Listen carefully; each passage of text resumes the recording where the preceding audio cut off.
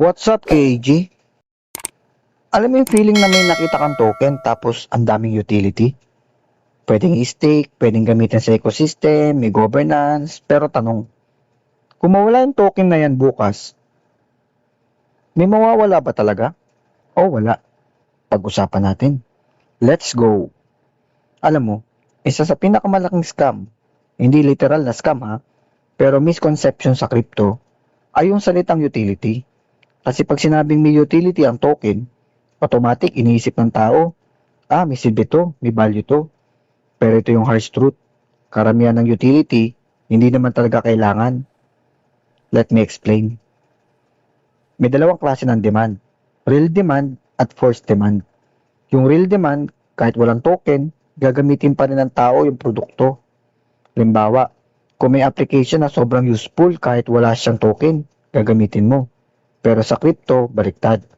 Pinipilit mo magkaroon ng demand sa token kahit hindi naman kailangan. Sample, gamitin mo tong token na to para pambayad ng fees. Ang tanong, bakit kailangan ng token? Bakit hindi na lang cash? Pwedeng i-stake for rewards. Saan galing yung rewards? Sa bagong investors din? Governance token. Real talk. Ilan sa holders ang talagang bumoboto? The illusion of staking. Ito na. Pinaka-common utility. Staking. Sounds good, di ba? Earn passive income. Pero ito yung hindi sinasabi. Walang real revenue yung project. So saan galing yung rewards? Inflation. Ibig sabihin, binibigyan ka ng token habang binabawasan ang value ng token. Parang ganito, binigyan ka ng 10% return, pero bumagsak ang presyo ng 30%. Congrats, lugi ka. So tanong ko sa'yo, utility ba yon o illusion lang ng profit? Governance, useless in reality. Governance token, maganda pakinggan, may voice ka sa project, pero reality, whales ang may control. Majority ng holders hindi bumoboto. Decisions, madalas centralized pa rin.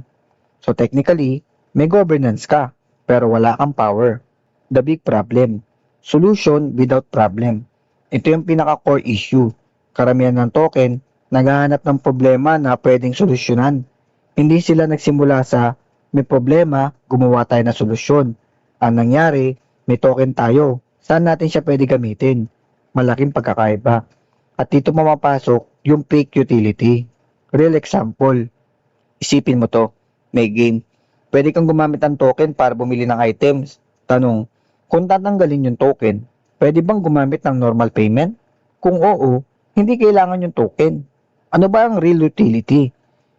Ngayon, hindi ibig sabihin lahat useless, pero sobrang konti ng may tunay na utility. Ang real utility, hindi pwedeng tanggalin. Critical sa system. May real demand kahit walang hype. Example, kung mawala yung token, titigil ba yung system? Kung hindi, delikado na. Honestly, 90% ng tokens ngayon, hindi naman talaga kailangan. Ginawa lang sila para mag-raise ng pondo, mag-speculate ng tao, mag-create ng hype. Hindi para mag-solve ng real-world problem. Mag-i-invest ba ako? Ito na yung tricky na part. Kahit useless ang utility, pwede ka pa rin kumita. Yes, kasi market is equal to psychology. Hindi lahat fundamentals, pero kung long-term ka, doon ka pwedeng manalo. Warning para sa mga newbie. Kung baguhan ka, ito yung pinakadelikado. Maniniwala ka sa strong utility, innovative ecosystem, revolutionary token, pero hindi mo tatanungin, kailangan ba talaga to? Next time na makakita ka ng token, ito lang ang tanungin mo. Kung mawala yung token, may epekto ba? May gumagamit ba kahit walang rewards? Saan galing yung demand? May real users ba o puro investor lang? Kung hindi mo masagot yan, red flag na yan. Hindi masama ang crypto, hindi masama ang token. Pero, delikado ang blind belief sa utility. Kasi yun yung ginagamit para i-justify ang presyo. Kahit walang tunay na value. So next time may marinig kang may utility to bro, huwag ka agad maniwala. Tanungin mo muna, utility para kanino? At kailangan ba talaga? Kasi sa market na to, hindi yung may utility ang nananalo, yung marunong mag-isip. Game on!